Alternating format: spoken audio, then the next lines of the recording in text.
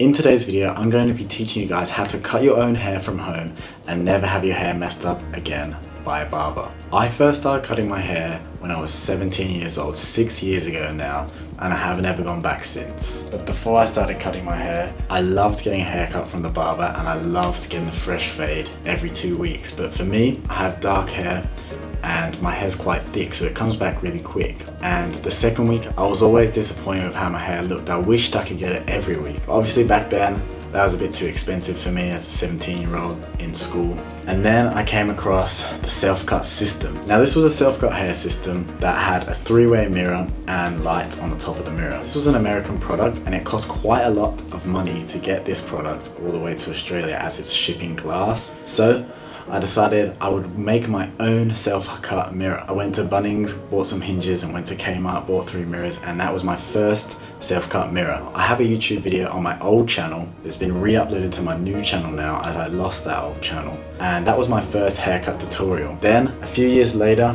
on Amazon, you were able to buy your own 3-way mirror that was only about $30. So of course I was straight onto that. And then I cut my hair through that mirror for a few years and I made an updated video with some updated techniques and updated gear and just some upgraded tips that I wanted to give you guys, and the video did quite well the first time and everyone loved it. This second video did even better. But as it's been a while now and I feel that my quality of my videos has gone up, I wanted to make a new and improved self-haircut tutorial that was more up to my quality standards. I have some new techniques, new ideas and new tips that I want to give you guys, so let's hop into the bathroom and we'll show you. So in the bathroom, this is what you're going to need. You're going to need a pair of clippers. I just have this old pair that I used to use when I was a barber. Detailer of some sort. This is one that I got sent a while ago and it's still holding up well, even though it looks pretty rough. So the next thing you want to do is you want to oil up the clippers. This is very important as it keeps the blades sharp, keeps them lasting for a long time. Then you're going to need a fade brush, and I use guards from, this is guard 0.5 up until guard 2, as I do a number 2 on the top and then the skin fade. A little foil shaver I just use that for my hairline, but we'll get onto that later. And then we need a new blade in the cut throat razor. This is very important. If you want a straight hairline and clean lines, you need a new blade to have it nice and clean and nice and sharp and close. Obviously you want it to be a close cut, so we'll pop that in. The new technique I use, I don't actually use the foil shaver for the skin fade, I use a wet shaver. This one's like a vibrating one. Just feels better and just irritates your head less if it's vibrating, and just some shave foam, because I find that this is closer than any foil shaver can go if you go against the grain. Classic safety razor for my face. First step is we're just going to remove all the bulk of the hair on the top of the head. This is the first step. Obviously, to make this haircut possible, we need a portable mirror, 3-way mirror. This folds up nice and small, and you can travel with it, and it has hooks on the back so you can hang it over any bathroom door. Mine's a little bit rough because it's been doing a lot of traveling. One of the hinges just broke, so it's just a piece of tape holding that together. These are like $30, so it's like the price. It's less than the price of your average haircut. Okay, so the first thing. So the first step, guys, we're going to be going all over the head here with the number 2 guard. Now, you want to be going in lots of different directions to hit all angles of your hair, as hair on the top of your head will grow in many different patterns and many different directions. And just keep going over and over this, guys, until you got all of it, because it looks horrible when you don't get it. Now you can see here I'm going against the grain here, as at the front of my head the hair grows sideways instead of forward. And you can see how many times I just keep going over to make sure you get all that hair. At the back here, my hair tends to grow sideways where the crown is, so I get that. So for the front of my head, I put on the 1.5 guard, because at the front of my head here, the growth patterns go backwards in weird ways. And it looks weird if I have that the same length as the rest. So I just open up the 1.5 guard, which makes it essentially a 2 guard, but it's just a little bit shorter. And then I go over these spots like this. And it just makes it look a lot cleaner.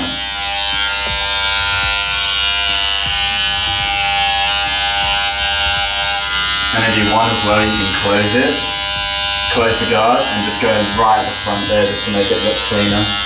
Just right at the front here where you're going to be lining up your hairline. Brush away your hair, so you got a clean canvas. Some barbers like to go in with the detailer to line up. I find that's good if you have a style that goes down forward, but for me, I just go straight in with the cutthroat razor and just go up into the hairline, as I find that I just get a better result. So I pull the skin down, go up into the hairline. You want to go up into the hairline where your highest hairline point is. So my highest hairline point is right here. So I use that as a guide, follow through the rest of the haircut. And make sure that's straight and it's all lining up, because you wanna push your hairline back as little as possible. You want it to look as natural as possible, and also you want it to last as long as well. And if you go too far back, it's not gonna last. And then we grab the corners like this, pull the skin upside down on the cutthroat razor. You can hear it. You wanna make like if your hairline's good enough, you want to make like a 90-degree angle here. But you have to have a blessed hairline for that, or you have to have it longer on the top. Mine doesn't really make that much of an amazing 90-degree angle, to be honest, because I like it short on the top. Once you've done that, you want to stand back, view your hairline, and check which side is higher or lower, so match them up. Once I've done a lot of work on the hairline, I like to just give it a break, because if you look at it for too long, you confuse yourself. So get to a point where you're happy and leave that for a bit. This is the only thing I use the foil shaver for. The cutthroat razor obviously does it short, but this does it shorter and easier here. So I just get rid of the little bits of hair that are there. It was all about longevity, how long this haircut's gonna last, and it looks cleaner. Okay, next step we're gonna do is we go in with the skin line. So this is basically going to be a line around your head, which is where the skin part of your fade goes up until. So I do a high fade, so I like to do the skin just around there, start of where my hair curves here. I like to start from that point, go around. I have a dimple in my head here, it goes down. I keep it above that, so I don't have to worry about fading in that side, that dimple, because it just sucks with all the shadows. And then just follow that all the way around. So that's what we're gonna do now. So when making your skin line, guys, you want to make sure that it's fairly even, as this is going to be your main basis of your hair. Doesn't have to be perfectly even, but decently even. Now you can see here that I'm looking side on, so I'm able to see the back of my hair. Take your time on this one, just like everything. So you can kind of look front on and check that both sides are even of the fade line, the skin line. They don't have to be exact, but as long as they're close to each other, because your hair will grow differently on each different side, so the fade's going to look different anyway, because your hair growth pattern is different on each side. Next step we're going to do is we're going to remove all this bulk just with the clippers. You can do this with the detailers, but it wears them out a lot quicker. I used to have a Babyliss Pro, but it wore out because I always used to do this, so I just like to stick to the clippers. So this part, guys, super simple. You're just basically removing the bulk. Make sure you put your ears back, make sure you get all those spots. Just go over enough times so that you can hear that the clippers got rid of all of it. Then once you've done that, you're gonna brush away all the excess hair to check that it's all gone. You may as well sort out your facial hair while you're here. If anyone's interested, this is what I do. So get rid of the hair that connects your nose and your mustache so you don't look like a Homo sapien. So I'm gonna do this.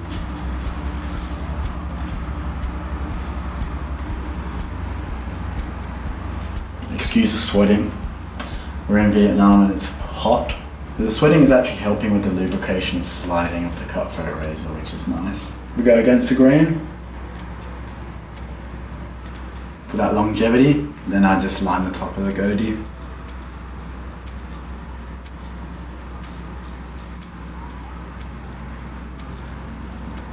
Then we're gonna get a brush all the hair down and get it off that top lip, man, because I see so many guys with their mustache going into their mouth. It's disgusting. I don't know why they don't do this, but yeah. It's what stops you from getting all food in your mustache.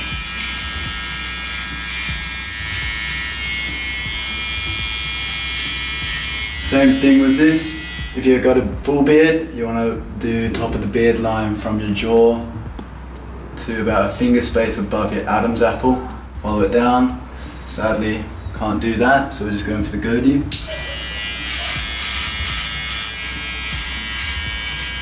This is why I recommend, guys, you get a really good detailer because it is so good for facial hair as well. Without it, it would not be easy. Then last step for that, I just get the foil shaver again to really get rid of like the hair that grows here on the bottom of the mustache. I don't want hair under the nose if you can get any more, and the hair in between here and here.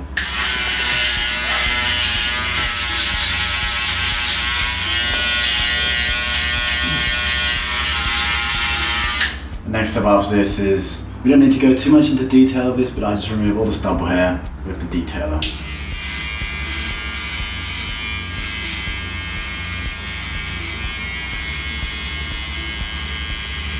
Next step, what we're going to do is clean the blade always and clean everything you're going to cut with this brush. It's vital. We're going to make a line about a few centimeters thick right under your fade guideline, but this time it's going to be shorter because it's the detail. And what you're going to do is you're going to be using this line you're creating here as a line here that's going to connect the skin part of your fade to the rest of your fade, and this can connect the skin.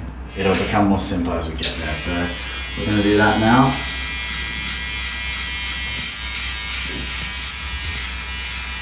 So I'm cutting right now with a detailer. Now this cuts shorter than your clippers. Barbers like to refer to this as the double zero, as it's even shorter than a normal zero. I'm basically just making about an inch gap between the hair that the clippers cut and the fade guideline. This will make much more sense at the end of the video.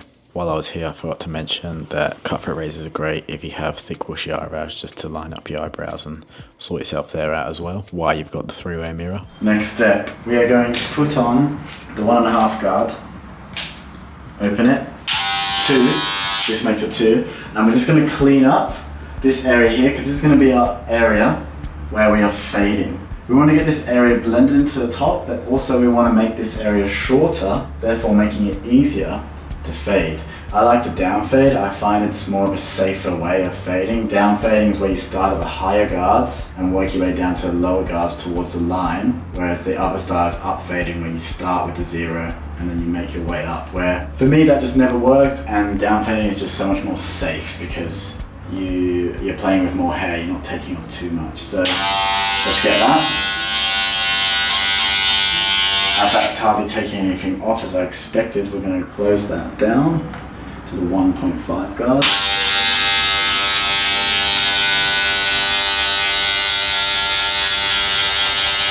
So we're just removing bulk. We'll go in all directions once again, as hair at this height level still likes to grow in lots of different patterns, such as the crown area. Then we're going to do that again, because that guard hardly takes any off, and we're going to do this with the 1 now. This is where you're going to need to be a little bit more careful, because you don't want to make any lines in your face. So if you want to be super careful, if it's your first time cutting hair, you can go and you can flick up so you don't do as much damage. Removing bulk again, but going a little bit lower than our 1.5 guard. This is where you're really able to start cleaning up the fade guideline and being able to properly fade. Then, once again, we're going to work our way down again, and this is the 0.5 guard. This is a very important guard. In fading, this is the one that's going to do most of your fading. This is where we're going to grab our brush. We're going to brush away at the area, make sure it's all clean. And we're going to start with the half guard open. That makes that essentially a 1, but it's a little bit shorter than an average 1 guard. And we're going to be doing the same thing again, just working our way down towards the fade line. This is where I like to just work on one side. I just work on this side, fade that side, then work on this side, fade that side. So that's what we're going to do here. Close it. Not fully, just half.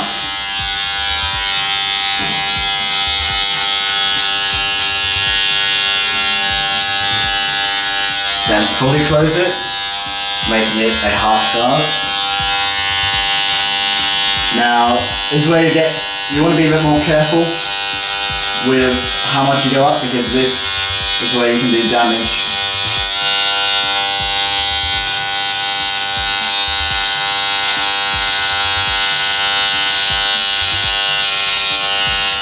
As you can see, I've created a line here, this dark patch here. We're going to bump that out. We're going to open that up again.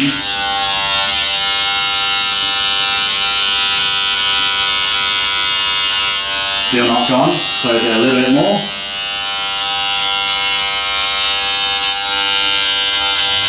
You want to be light with when you're touching. You don't want to push in too hard when you're doing this kind of, when you're up to this part of the fade.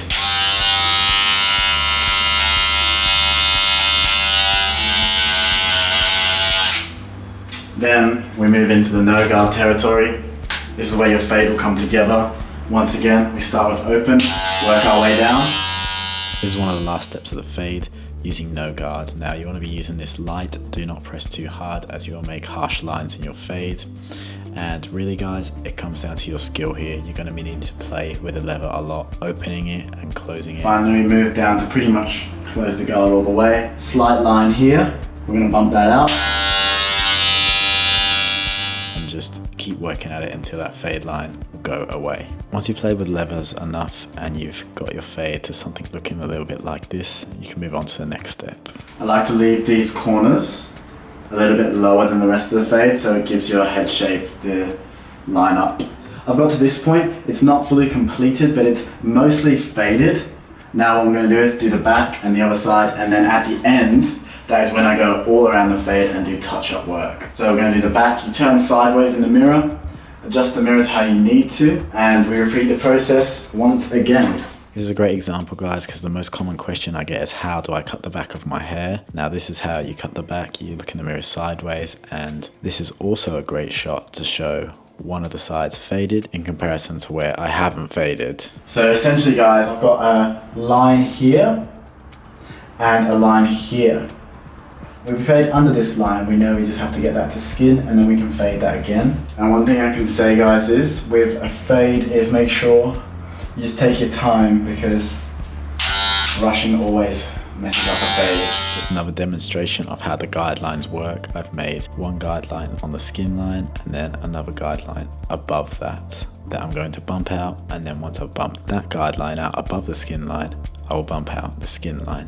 When they've been working hard, or they're getting really hot, get a bit of oil on there and don't go shy on the oil. You can wash your head after.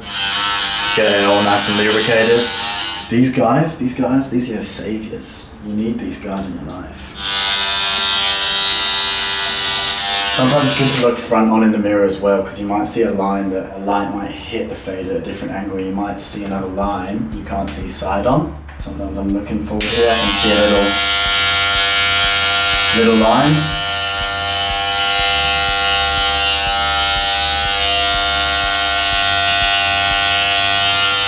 Bump that out.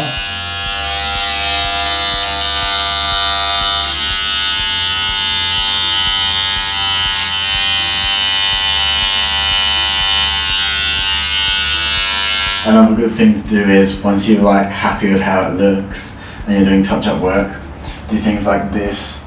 Turn your head down and just try to find any lines in the fade. A thing I used to do as well when I didn't have good lighting, when I was cutting hair, I used to take pictures on Snapchat with like a flash camera, and that would show me where the lines were. Another tip, if you're really struggling, is you're gonna open the guard and say like there's a tiny bit of line here, you're gonna just get the corner in and just like tap any dark spots or anything like that, because at the end of the day guys, you can do a perfect fade and everything can be even, but the way your hair grows, your head shape, all these different kind of factors can make your fade look like it's not perfect. So you have to play around a lot. Pick the mirror up off the stand, really get a nice close look at your fade. Check that it's all good. Check that it's all good from the best lighting. And then guys, we can move on to the last step. And we're just gonna wet our head. Wet everything. This is why you want to do it in the shower. And then we grab the shave cream. Now remember, at the start, when I made that inch gap or centimeter gap or so between the clippers that cut here and then the detail that cut here and then the fade. What you want to do is you want to go under that gap, apply the shave cream, get it in there real nice. Don't go shy. Now this isn't done at barber shops as it's too messy and unprofessional, but after this is my 6th year of cutting my own hair now, I would say that this is the way I've found that my fade will actually last probably a whole nother day. Now if you have a shaved head like me, you need to cut your hair like every 5 days or so. That one day is going to matter a lot to you. So I'm going to get the razor. This is the Gillette Pro vibrating one, whatever. And we're going to go down first. We're going to go with the grain of the hair.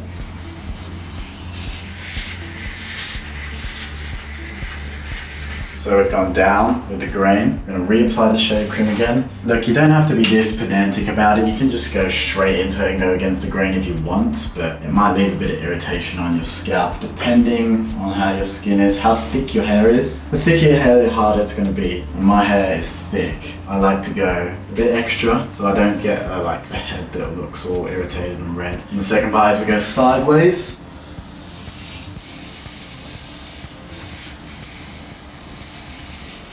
Last step, we get some more shaving cream on, and it's already going to be really short at this point, but if you're doing a skin fade, just get it to the absolute skin because you want it to last. And we go against the grain. To make it even shorter, pull the skin tight. You can do this while fading as well if you're struggling and say you can't get rid of a line on your lowest guard. You can pull and flick up at a line, but we're going to use it for this. Pull the skin.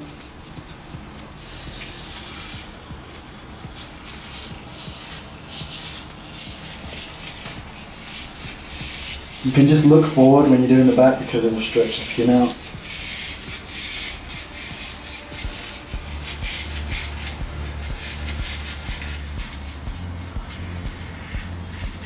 You can keep going, guys, because it makes a noise when you get the hair. You can hear it. When it's smooth, you can hear when it's smooth. So you can just really be as pedantic as you want here because you got your own time, you're on your own schedule. There's no people waiting in the chair, no barbers getting impatient with your fade. It's just you and your fade. So you can make it however good you want, really. We can get rid of all the stubble as well. For this one, I like to use a safety razor. How this works is you can just pop a fresh cutthroat blade in there. Pop that closed. I have a metal one at home, but here in Vietnam, they didn't want to bring that and they don't have that stuff, so. Once again, you can go down. My facial hair is nothing compared to the thickness of my hair on my head, so this is pretty easy. Then we can go sideways. Put some more on, and you can give it a little rinse depending on how thick your hair is, and then we go up. We want to make these faces. Stretch out that skin. Look like an idiot. Who cares, because you're looking fresh after this. Now neck hair is a bit of a tricky one. I don't do the razor on here because it gets irritated, so I get this is waterproof as well. You can clean the inside of this with just a tap. That's why I love this one so much more than any other foil shaver, because foil shavers give you head irritation and head pimples, so this is nice. You can pour boiling water through it as well to make it fresh. So I pull my neck down. Get rid of that neck hair because everyone hates neck hair. And that is the finished result, guys. It's not an amazing 10 out of 10 barber fade, but for a home fade, I'm quite happy with it. If you guys have a go at this yourself at home, please let me know how you guys go in the comments, and if you have any questions, please comment below and I'll answer all the comments. I hope you guys enjoyed the video, and I'll see you again next Monday.